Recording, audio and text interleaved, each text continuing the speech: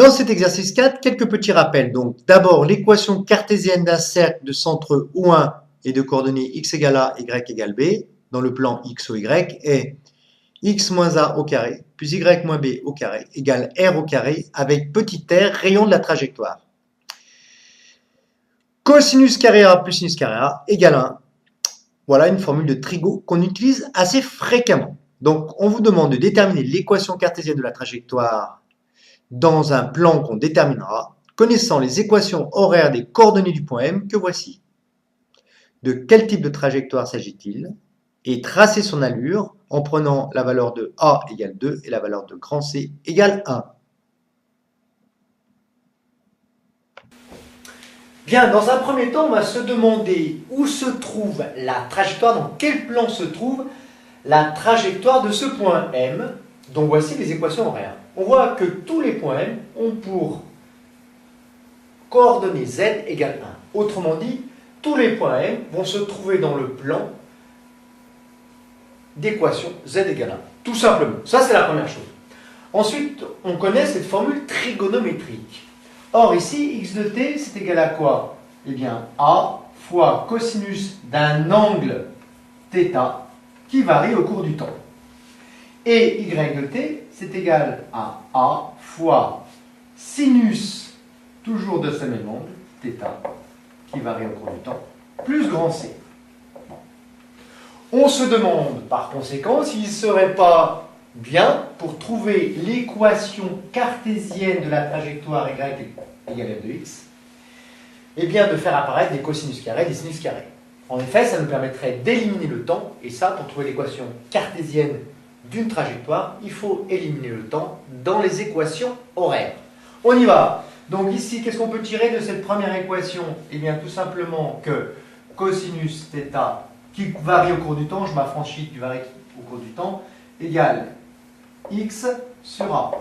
Et nous avons ici de ce côté-là, y moins c égale a fois sinus θ. Autrement dit, y moins c sur a égale sinus θ. Il ne reste plus qu'à élever ce terme et ce terme au carré, ce qui nous donne donc cosinus carré, ça fait x sur a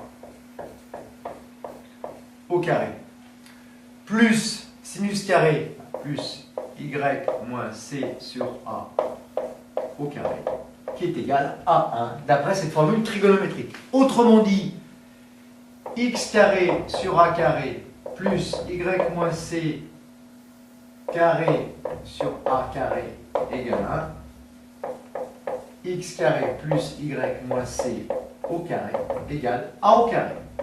Eh bien, ceci c'est de la forme x moins petit a au carré plus y moins petit b au carré qui est égal à r au carré, avec petit a égale 0 et petit b égale grand C. Ceci, c'est donc l'équation d'un cercle de centre O1 tel que x égale 0 et y égale c. Nous allons maintenant tracer ce cercle.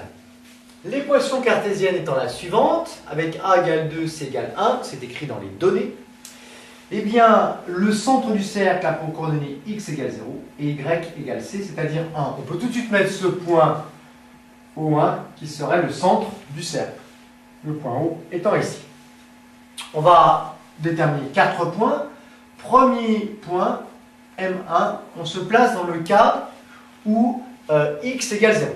Si x égale 0, à ce moment-là, on a y moins c au carré qui est égal à a au carré. Et là, deux possibilités peuvent se présenter à nous. C'est pour ça qu'on a 2 points.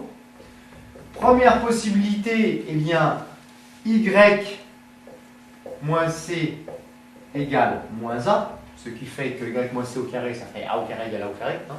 Autrement dit, y égale moins a plus c, ce qui nous fait moins a moins 2 plus 1, ça fait moins 1.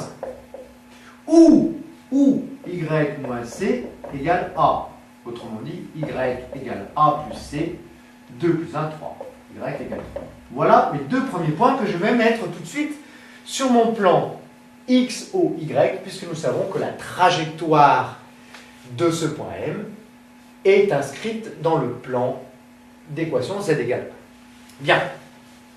Donc y, donc premier point, x égale 0, y égale moins 1, x égale 0, y égale moins 1, voilà le premier point.